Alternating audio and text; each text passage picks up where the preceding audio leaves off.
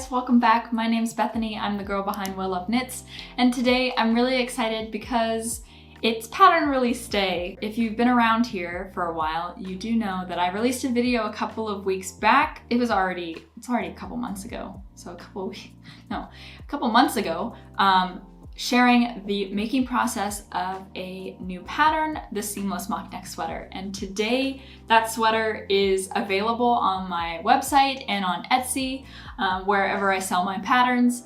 You can get a copy for yourself. So I thought to celebrate, it would be a lot of fun for us to kind of go through the two sweaters that I've made, talk about the materials, talk about the inspiration for this pattern, and yeah, just catch up on it and answer some of the questions that you guys asked me over on Instagram specifically about this pattern. So hopefully everything that you need to know before you get started is here for you.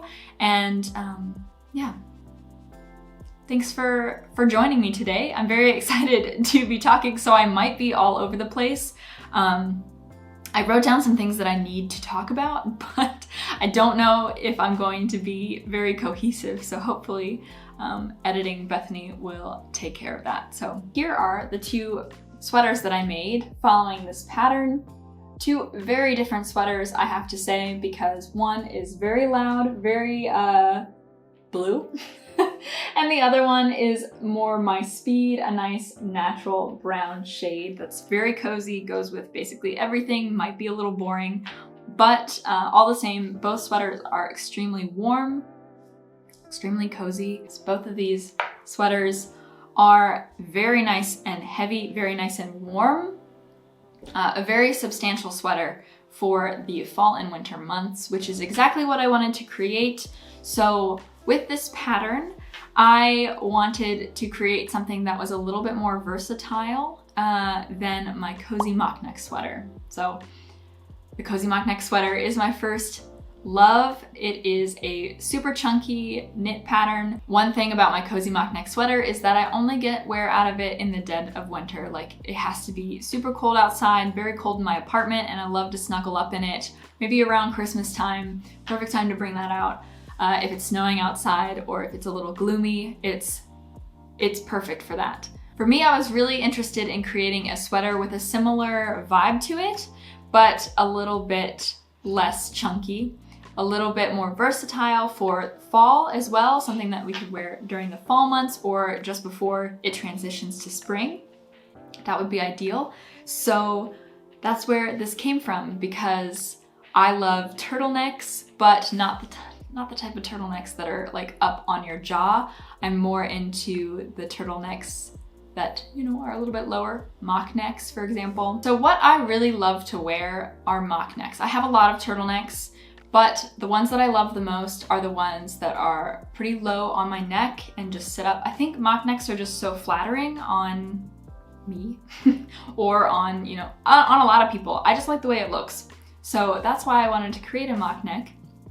And this one is nice and squishy, and it's just so satisfying. That's exactly what I wanted to create. I wanted to create a mock neck sweater that had a little bit of interest, maybe a different shape than what I've seen before. This sweater certainly has a very unique shape to it, and I really love that about it. So yeah, I just want to talk through the construction.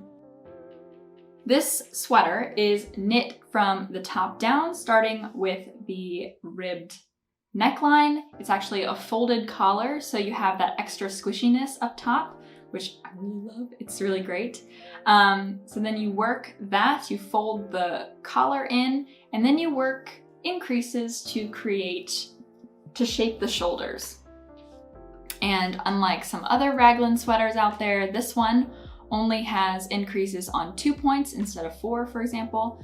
And it creates this really nice line, this really nice seam at the shoulders, which I just feel like is this really nice, subtle design element that kind of just elevates the sweater. Because since I was really thinking about the construction of my cozy mock neck sweater, and I really wanted, with this one, it's in the name, I wanted it to be completely seamless, because I do know that a lot of knitters have mentioned to me when when looking at my cozy mock neck sweater pattern, they said that they don't actually like sewing panels. They don't like knitting separate panels and then sewing them together. So with this sweater, I definitely challenged myself to knit it all in one piece. So really the only thing that you have to do is weave in your ends at the end, and that's it. You don't have to sew panels together, nothing like that. So that is where the name comes from. And that's why there are these really nice raglan stitches at the shoulders, because I was thinking about, okay, how is the cozy mock neck sweater constructed? Well, it's knit in 2 panels and then you manually sew them together. This seam right here is really to mimic how it would be if you sewed the seam together on its own. And then afterwards, you work the yoke back and forth and eventually join at the body. Make some shaping for the shoulders and then finish in rib. 2x2 rib, by the way, because we know I'm obsessed with it. So yeah, and then you pick up stitches for the sleeves to create this really nice balloon sleeve effect.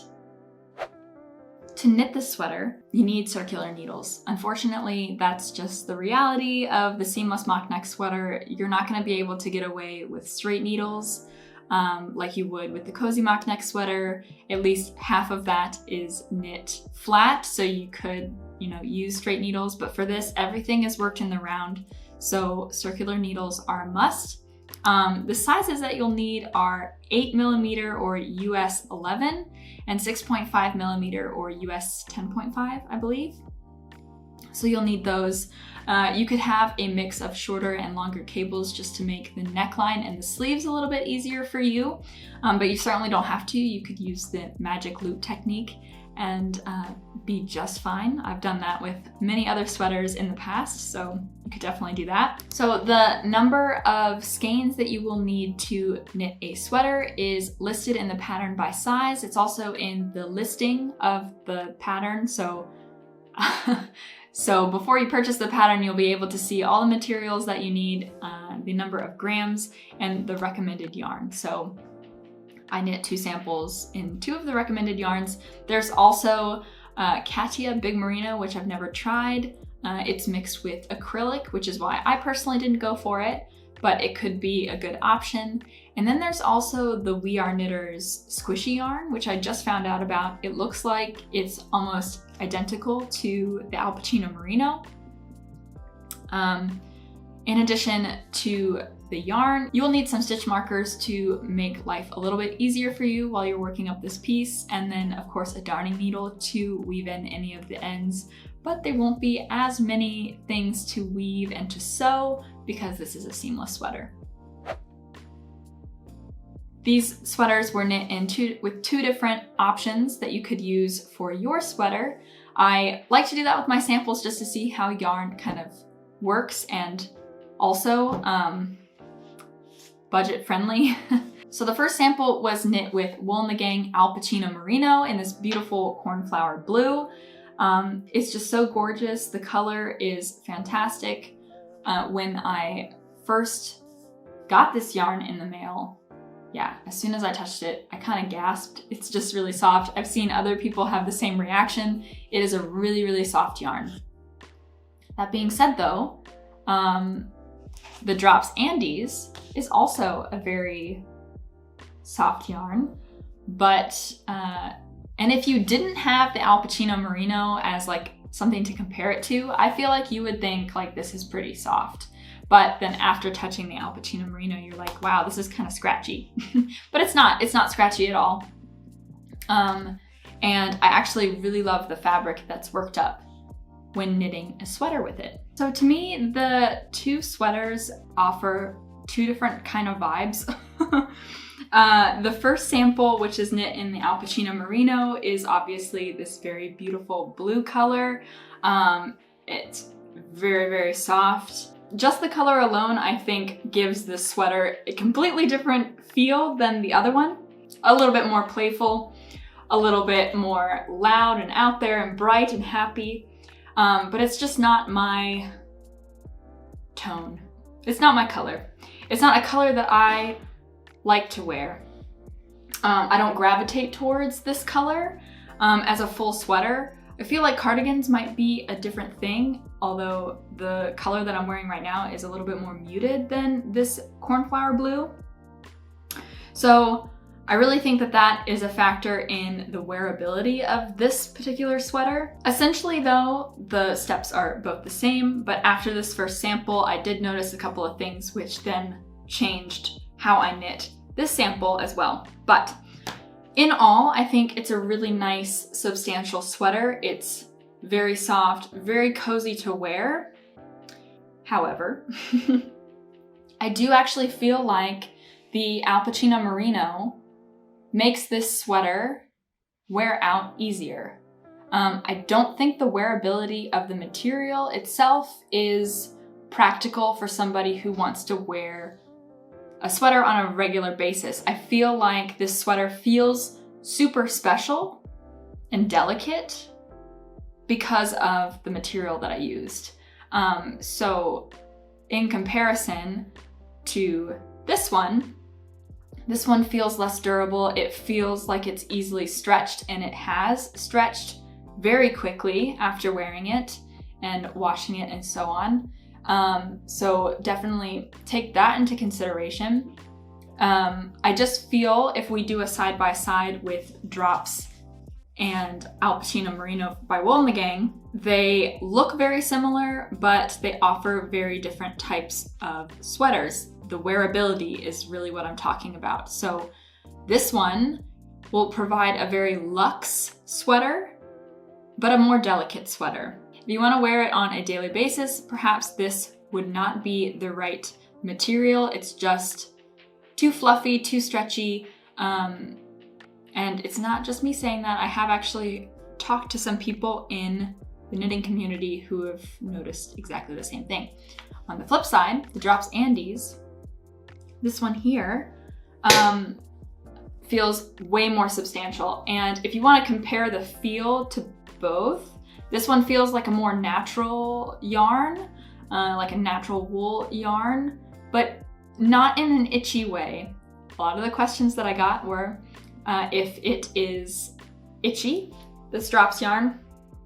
No, it is very warm, a very cozy sweater, and I feel like it's gonna retain its shape a lot more than the Alpachino Merino. It's very promising so far with how it's kind of draping and holding up.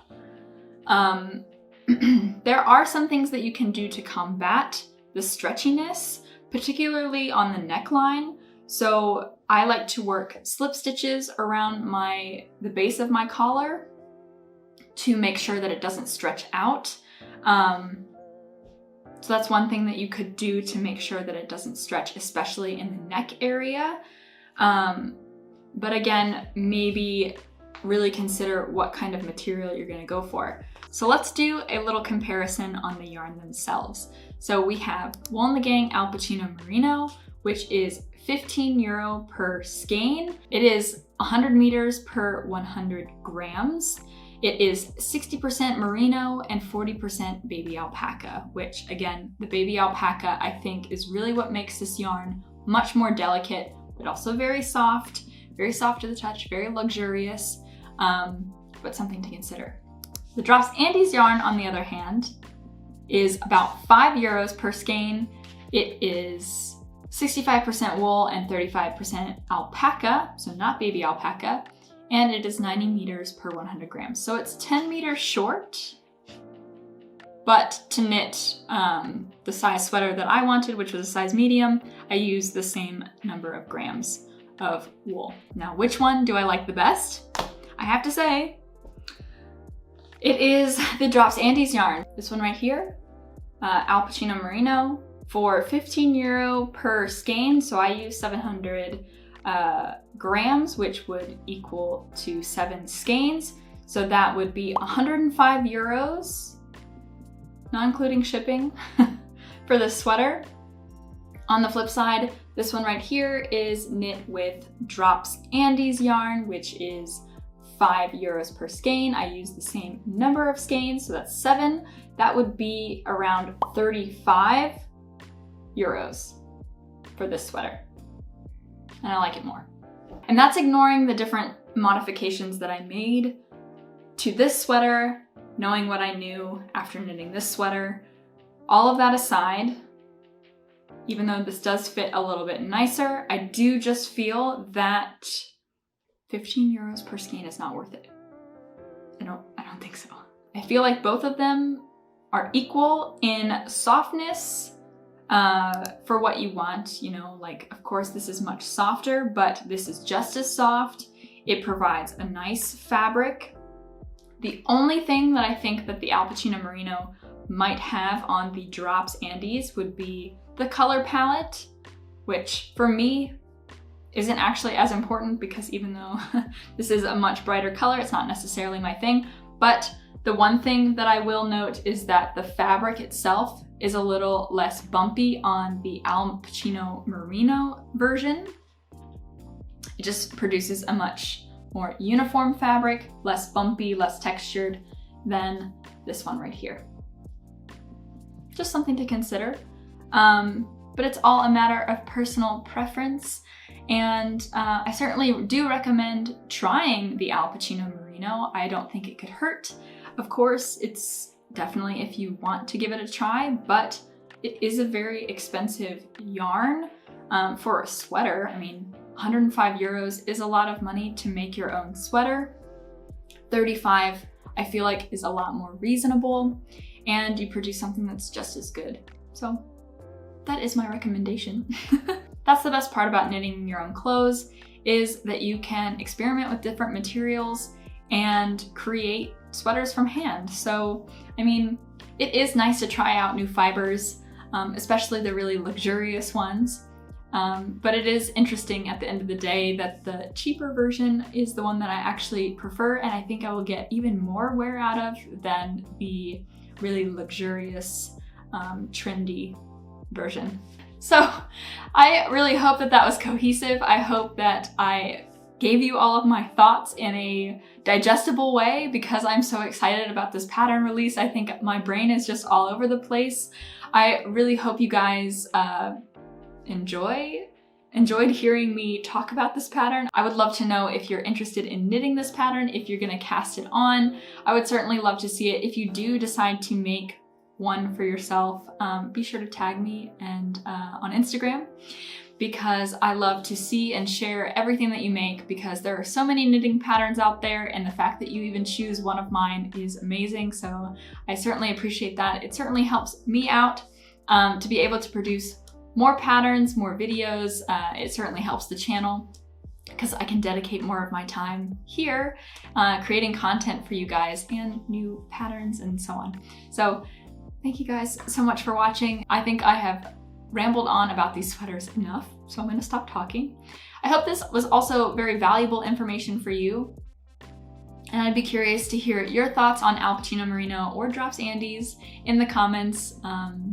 No hate or anything to both of these brands. I think they're both really great brands. I certainly love knitting all of their yarn because I've knit quite a few things in many of the different yarns that they produce. So definitely support both businesses. But anyway, I'm gonna stop talking. Thank you guys so much for watching. Thanks for hanging out with me for a little while and listening to me ramble on about my newest design. I certainly appreciate every single one of you. Don't forget to like this video if you liked it and subscribe to stick around. I would love to have you here, and I will speak to you very, very soon. Bye.